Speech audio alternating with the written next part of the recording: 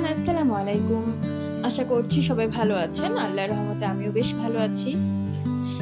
তো সেদিন ছিল বৃহস্পতিবার। অফিস শেষ করে আমি এবং আমার হাসব্যান্ড দুজনেই চলে গেলাম আন্তর্জাতিক এশিয়া বাণিজ্য মেলায়, যেখানে এশিয়ার কিছু country Bangladesh, India, Pakistan, Thailand এরকম কয়েকটা কান্ট্রি মিলে ছোট্ট একটি বাণিজ্য মেলার আয়োজন করা হয়েছে। তো এটি আয়োজন হচ্ছে বাংলাদেশ চীন মৈত্রী সম্মেলন কেন্দ্র আগারগাঁয়ে। তো আমরা দুজনে অফিস শেষ করে চলে গেলাম সেই মেলাতে। বলে রাখি, সেদিন রোজা ছিলাম, তো আমার পুরো বিধ্বস্ত অবস্থা ছিল, যদিও আমি ইফতার করে ঢুকেছি। তো ওভারঅল তেমন খারাপ লাগেনি আসলে। নর্মাল বাণিজ্য মেলায় যা যা পাওয়া যায় সেদিনও সেগুলোই পাওয়া যাচ্ছিল, বাট খুবই ছোট পরিসরে। আর মানুষ অনেক বেশি ছিল। আমার তো একদমই ঢুকে 5 মিনিটের মধ্যে টায়ার্ড লাগা শুরু হয়েছে, যেহেতু সারাদিন অফিস এবং রোজা শেষ করে আমি গিয়েছিলাম। তো আমি প্রথমে একটা মালটা জুস নিয়ে আস্তে আস্তে করে পুরো মেলাটা ঘুরে শেষ করে ফেলেছি।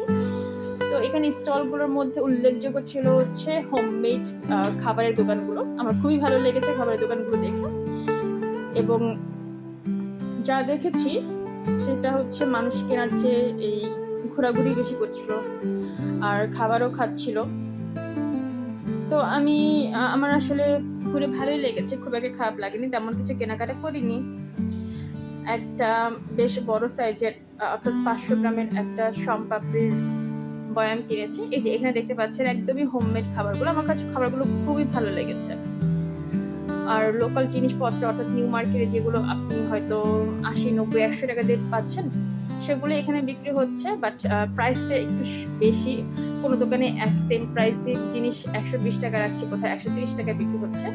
তো জামা কাপড়ও কিছু ছিল পাকিস্তানি এবং ইন্ডিয়ান স্টলে, সেগুলো বেশ ভালোই ছিল এবং দামও ভালোই, অ্যাকচুয়ালি কোয়ালিটি অনুযায়ী ঠিক আছে।